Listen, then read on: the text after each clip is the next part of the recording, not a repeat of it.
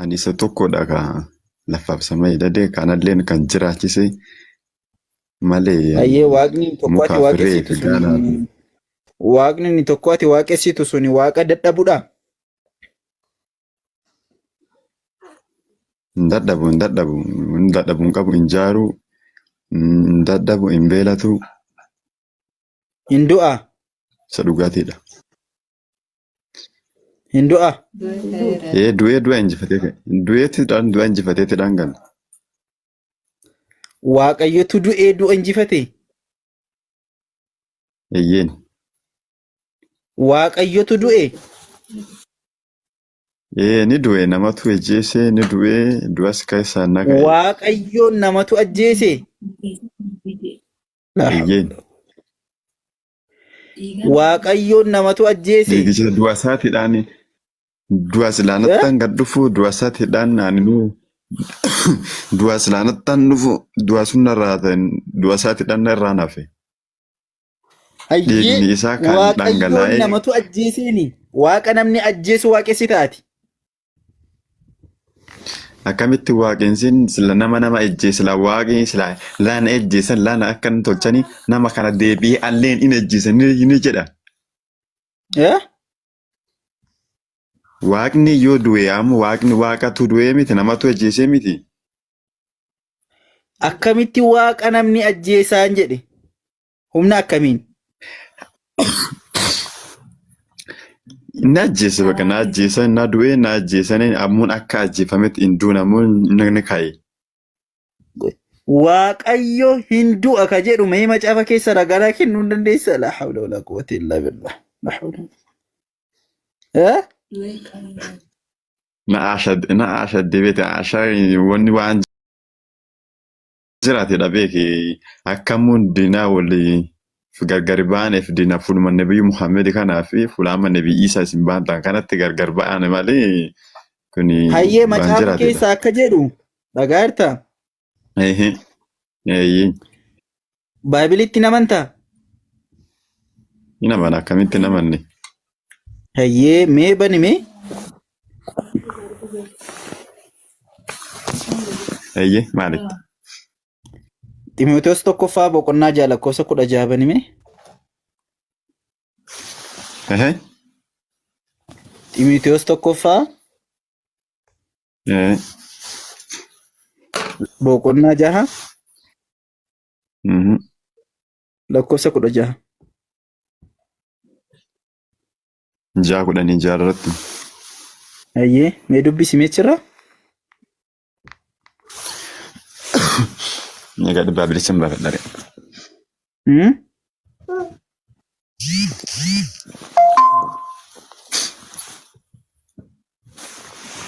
Egaa dheree baabilichaan baafadha.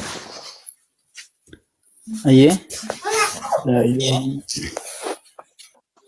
يا رب لا تؤاخذنا بما يقول هؤلاء السفهاء. لا حول ولا قوة.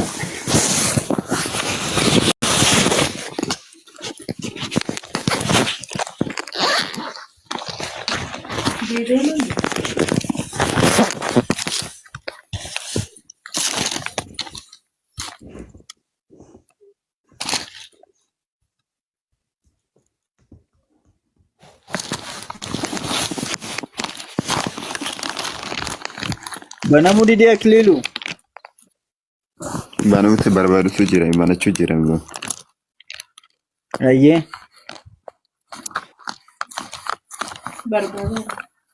Timootiyoos isa duraa moo isa? Ximootiyoos tokkoffaa boqonnaa 6 lakkoofsa 16.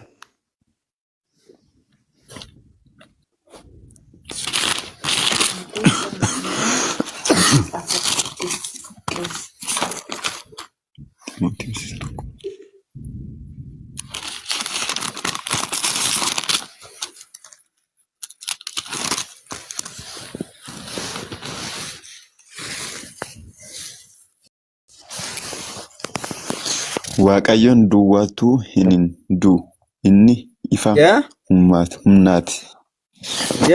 Mee itti deebiin nageenya. Dhagayi. kudhanii waaqayyoon duwwaatu hin du'u ni Sirreessi ifa dubbisi inni kaayee ifa Oromoo dubbisuun si rakkistii? waaqayyoon duwwaatu Laakki akkasiin jedhu sirreessi dubbisi. du'aatu hin ni Si jedha dubbisoo namni si bira jiraa? jiraatu namni jirus afaan kana dhaga'u. Maal ta'a dhagaani xuruudha? Itti kenneti. Sirreessanii dubbisan jedheeni. Qofaasitti Namni afaan Oromoo dubbisuu hin danda'u.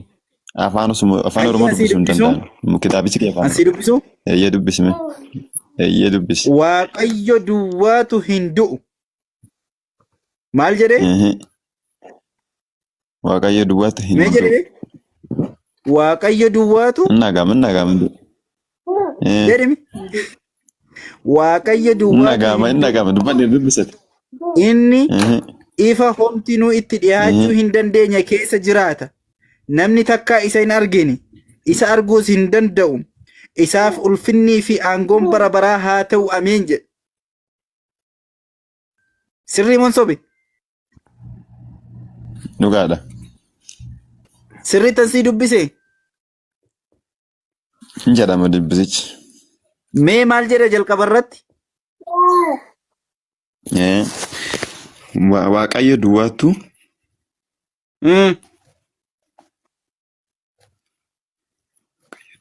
hin du'u.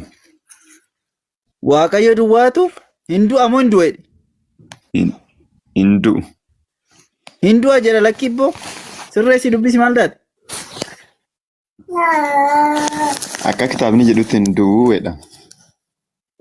Hin du'a jedha lakki sirriitti ilaali.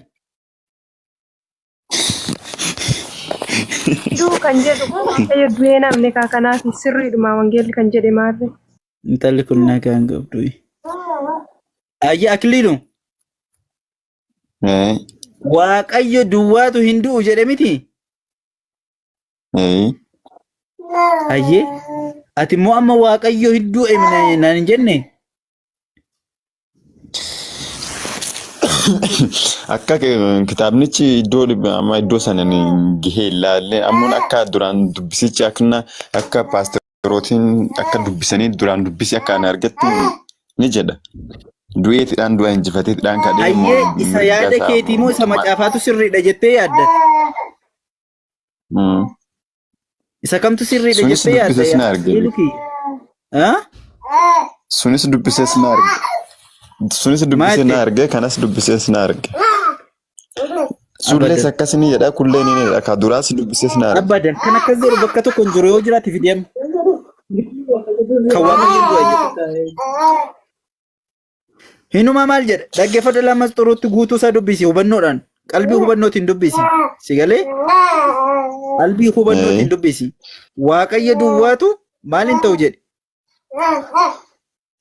hin du'uu jedhe kana duwwaadhaan hin ibsine waaqayyoon inni ifa homtinuu itti dhiyaachuu hin dandeenye keessa hin jiraata jedhe ifa homtinuu itti maal gochuu hin dandeenye keessa jiraate itti dhiyaachuu hin dandeenye keessa sirriidha miti. Namni takkaa isa hin argine jedhe. Namni takkaa waaqayyoon argee jira.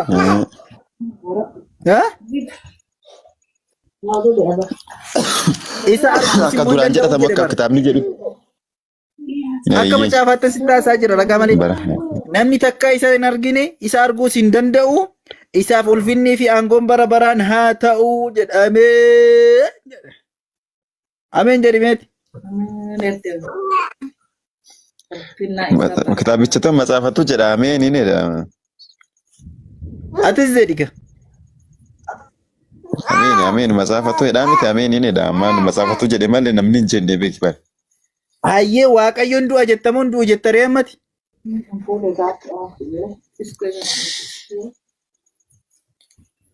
Kan duraan du'e na jedhatame kami ka ammas du'in duune kan jedhatamu kami. Waaqayyo tokko malee hin jiru. Waaqayyo lamatu jira.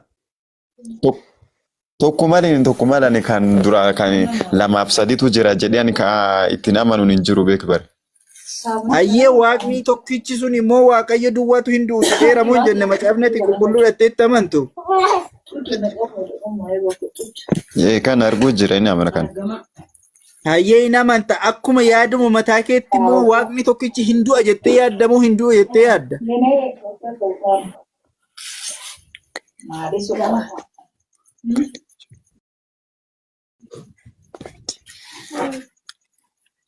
Akliilu. Kan amma akka laaletti. Akka yaada mataa keetti. Kan akka laaletti. Waaqni hin du'a jettee yaaddamu hin du'a jettee yaadda akkuma sammuu keetti.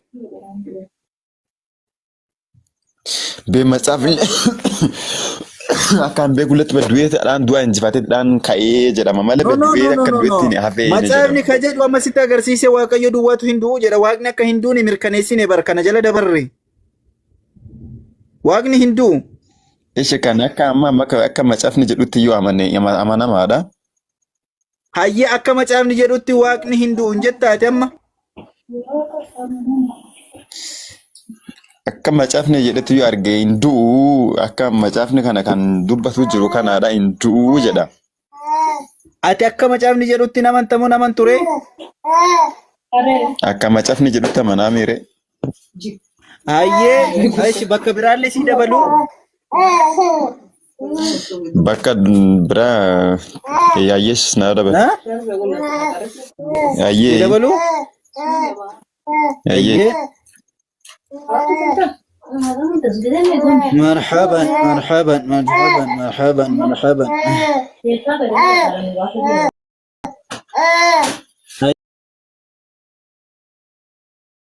هي ماشي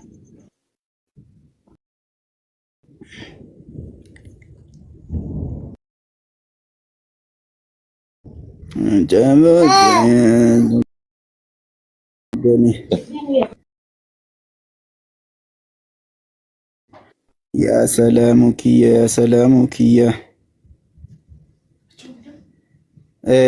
آسا من سيبا نتركو تكونجرو ولو ما قال يا مانو يا أكليلو كوي ننفع جمتي أكليلو أكليلو أكليلو انجرتو Macaafni ati amantu ofii isaati waaqayyo hin du'u siin jedheera moo hin jenne amma? Osaaraa jechuudha. Kudha tokko sagal. Kudha tokko sagal banaan jira. Magaalattii Finfinnee jalaa ta'e malee. Osaaraa jira kudha tokko sagali.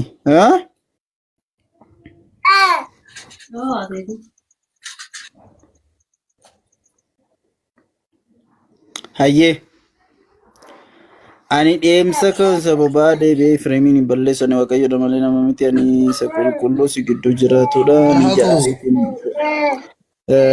Hoseen 19 miti waa'ee namummaa isaati kan ibsu.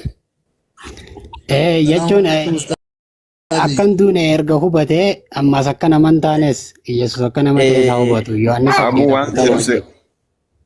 Abuu gaafuu si gaafadha. Gaaffiin gaafattaati. Sirriitti jira sayyaa. Xiqqoo ishee gidduudhumaan hunaaka ishee anna akuluhaa neetworkii xiqqoo rakkisaa waan ta'eef shaahadaa qabattee naanii gara keessanitti deemtu neetworkii rakkisaa waan ta'eefidha. Rakkinaan argamee masii.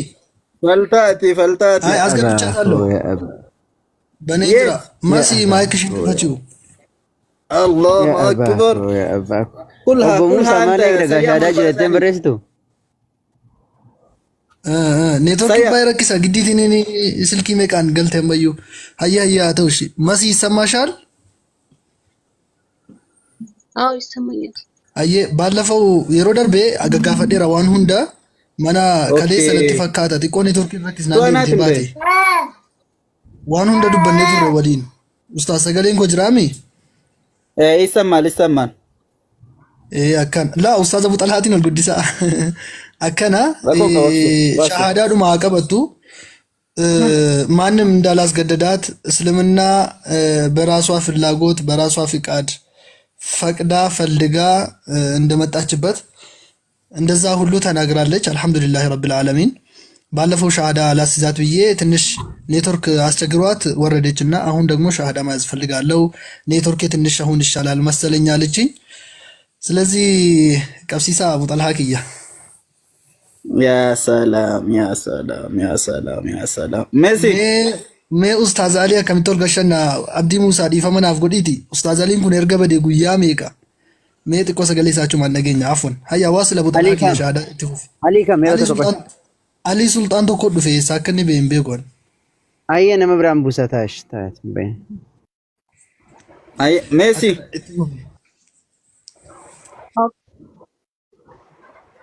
አይሰማም ድምፅ shaadaa xumurame ka'een buusa nama galchaa inshallah obsu jedha ሜሲ አቤት ይሰማል። እየሰማሽ አይደለም እንዴ?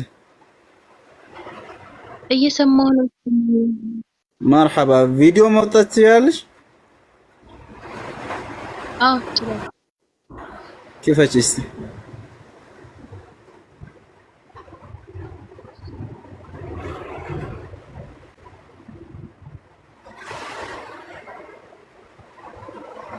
Very good idea, Masada. That is very good. Messi. Hopsa fi tari wa mamara tarti mata tasta. Okay, okay. مرحبا.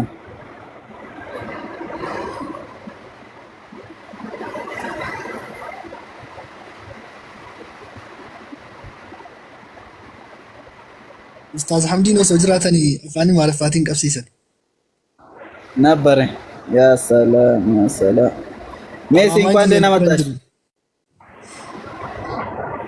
እየሰማሽ ነው እንኳን ደህና ቆያችሁ مرحبا አሁን ቀጥታ ወደ ሻሃዳ ነው የምንሄደው ተዘጋጅተሻል ማታ ምናምን ካለሽ ቀኝ እጅሽን እንደዚህ አድርጊ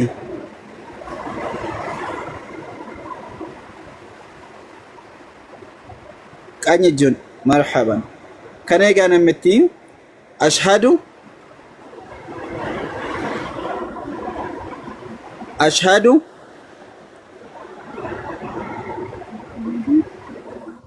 أن لا إله يا سلام أن لا إله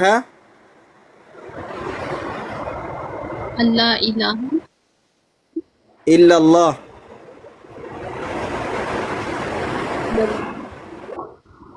وأشهد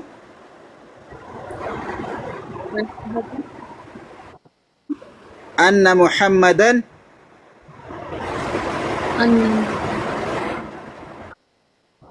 رسول الله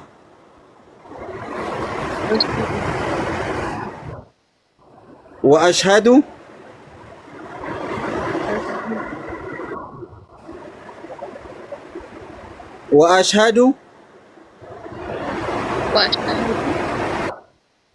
أن عيسى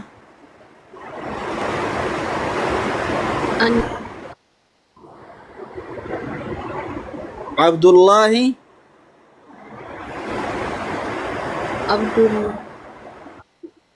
ورسوله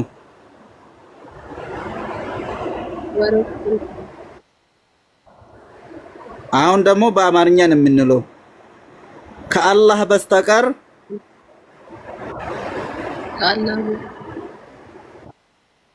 በእውነት የሚመለክ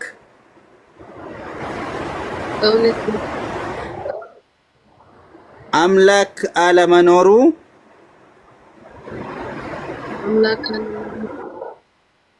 ይመሰክራሉ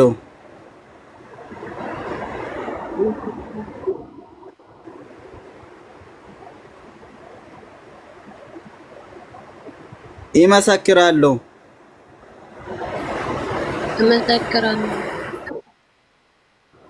ነብዩ ሙሐመድ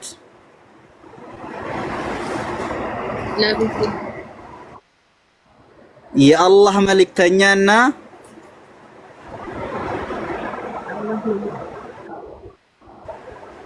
የአላህ ባሪያ መሆናቸውን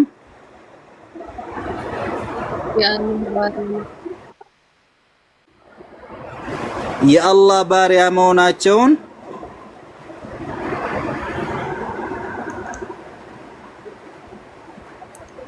የአላህ ባሪያ መሆናቸውን የአላህ ባሪያ ይመሰክራሉ።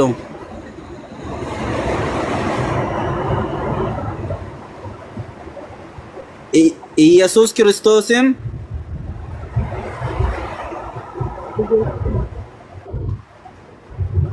የአላህ ባሪያና የአላህ ባሪያ የአላህ መልእክተኛ መሆኑን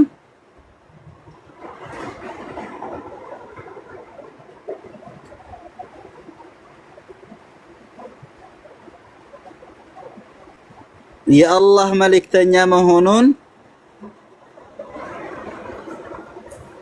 የአላህ በልቤ አውቄ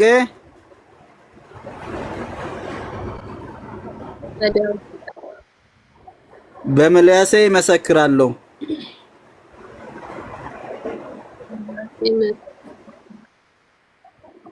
ማሻአላህ አንቺ በዚህ ወደ እስልምና ገብተሻል። ማሻአላህ ወደ ተፈጠርችበት እምነት ነው የተመለስሽው ዛሬ። ኢንሻአላህ እስልምና ሃይማኖት ማለት አላህ ሱብሓነሁ ወተዓላ ፍጡራን ሁሉ የተፈጠረበት ሃይማኖት ነው። ስለዚህ እስልምናን ከያዝሽ በኋላ መማርና ካንቺ የሚያስፈልጉት ነገራቶች ሁሉ መሙላትና መማር ግዴታ ይሆንብሻል። በርቺ። ጀዛኪላሁ ኸይር። ሳያቀጥልበት ትንሽ ማብራት ጠፍቶ አብሽር ኡስታዝዬ። ጀዛከላሁ ኸይረል ጀዛ ወአሕሰነ ኢለይኩም ኡስታዚ። መሲ ይሰማሻል ድምጼ? ምሰማሽ ከሆነ ያው አልሐምዱሊላህ ረብል ዓለሚን ስትጓጉለትና ስትመኙ የነበርሽው ሃይማኖት እስልምናን አሁን ኦልሬዲ ገብተሽበታል ማለት ነው። ወደ እስልምና ለመግባት መጠመቅ፣ ሌላ ነገር ማድረግ፣ ነፍስ አባት ጋር መሄድ፣ ይሄ ሁሉ ነገር አያስፈልግም እንደ እስላም ማለት ነው። ይሄንን የምስክርነት ቃል ከመሰከርሽ በኋላ ይሄንን ቃል ካልሽ በኋላ ኦልሬዲ ካንቺ የሚጠበቀው 5 ጊዜ ሰላት አለ በቀን ውስጥ እሱም መስገድ። ቤት ላይ ስለምትይ ይመችሻል። ቤት ላይ በየጊዜውን ጠብቀሽ ስልክሽ ላይ አላርም አለው የራሱ የሰላት ጊዜ የሚጠቁምሽ አለና እዛ ላይ ሆነሽ ሰላትሽን መስገድ በየጊዜው። ገባሽ አይደል? ይሄ ብቻ ነው ካንቺ የሚጠበቀው ማለት ነው። ከዛ የእስልምናን ትምህርቶችን መማር፣ ቁርአን ማንበብን መማር፣ መለማመድ፣ ከእስላም ልጆች ጋር መዋል ነው። እሱ ያለችው አሱ መጀለጅር ተጀማ አብሽሩ። እና ኔትወርክ በጣም ነው የሚያስቸግራት። ቀጥል በጣም ነው የሚያስቸግራት። ለዛ ነው አልሐምዱሊላህ ረብል ዓለሚን ኦልሬዲ ወደ እስልምና ገብተሻል። እና ሃይማኖት ማለት እስላም አላህ ነው መርጦ የሰጠን። አላህ ሱብሓነሁ ወተዓላ መርጦ ፈቅዶ የሰጠው ሃይማኖት አለው። ያ ጀማዓ ጅራን ኔትወርክ አከና የእስልምና ሃይማኖት ብቻ ነው። እስልምና ሃይማኖት አላህ ሱብሓነሁ ወተዓላ በሶስተኛው ምዕራፍ ሱራ አለ ኢምራን 19ኛው አንቀጽ ላይ ኢነ ዲነ ዒንደላሂ ልእስላም ሃይማኖት ብሎ ማለት ጭራሽ ሃይማኖት በቃ አላህ ዘንድ ታዋቂ ሃይማኖት የትኛው ብቻ ነው?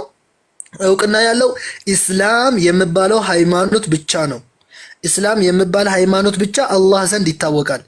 ሌላው ሃይማኖት የትኛውም ሂንዱይዝም፣ ቡዲዝም፣ ክርስቲያን፣ አይሁዲ፣ ፕሮቴስታንት፣ ኦርቶዶክስ የምትዩ በሙሉ እስላም ዘንድ አላህ ዘንድ እውቅና የለውም። ለሰው ልጅ አላህ መርጦ ፈቅዶ የሰጠው የትኛው ሃይማኖት ነው? ኢስላም ብቻና ብቻ ነው ማለት ነው።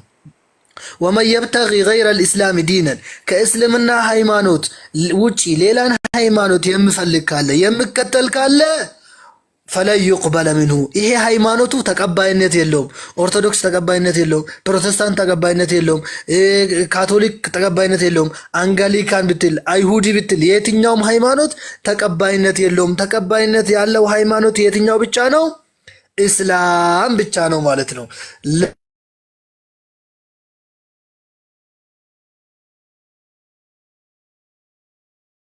አብርሃም ሃይማኖትን ነው ያስየው ማለት ነው። የአብርሃም ሃይማኖት እነ ሙሴ ሲያመልኩት የነበሩትን አምላክ ነው ያመለክሽው። አሁን የምታመልኪው ከሆነ በኋላ ሶስትን አምላክ ሳይሆን ሁለትን አምላክ ሳይሆን ሰው ሳይሆን ሰው እኮ ነው። ኢየሱስ ክርስቶስ የተወለደ የተፈጠረ ፍጡር ነው። የተወለደ የሰው ልጅ ነው። ይሄንን ሳይሆን የምታመልኪው ማንን ነው? ኢየሱስን ያስገኘ ኢየሱስን የፈጠረ እነ ሙሴን የላካቸውን አምላክ ነው ማለት ነው የምታመልኪው ከሁን በኋላ። ለዚህ አልহামዱሊላህ ወደ እንደዚህ ሃይማኖት በመምጣትሽ ደስ ብሎናል እኛን። አንቺንም እንኳን ደስ አለሽ። ከሁን በኋላ ትምህርቱን ጀምሪ። እዚህ እህቶች አሉ የሚያስገቡሽ።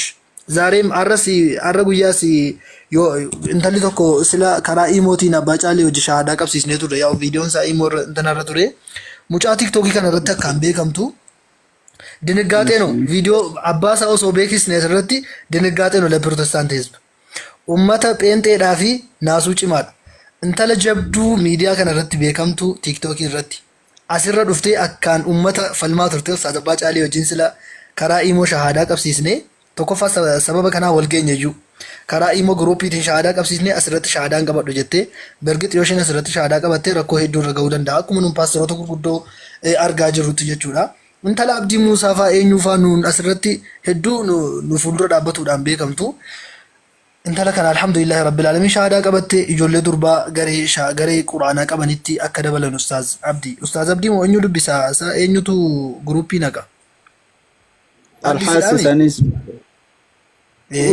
اوكي طلحه اوكي مرحبا اسين اللي جرتي اسي كان اللي نما برسيسو يوكا اسيني يوكا مو كرا ورا فانا معرفاتين ديمنيت كننا يو كرم ميجتون ان شاء الله ورا معرفاتي كنا في اماكن ايه اكنو አማርኛ ተናጋሪ ዳ አማርኛ ተናጋሪ ስለሆነች ለነ ዛህራ ምናምን እሰጣለሁ። ያው እና ሀዊ ጋር እንትን እላለሁ ስልካቸው ስላለኝ ለነሱ እሰጣለሁ። አልহামዱሊላህ ረብል ዓለሚን እንደዛ ነው። መሲ እንኳን ደስ አለሽ ወደ እስልምና እንኳን መጣሽ መሲ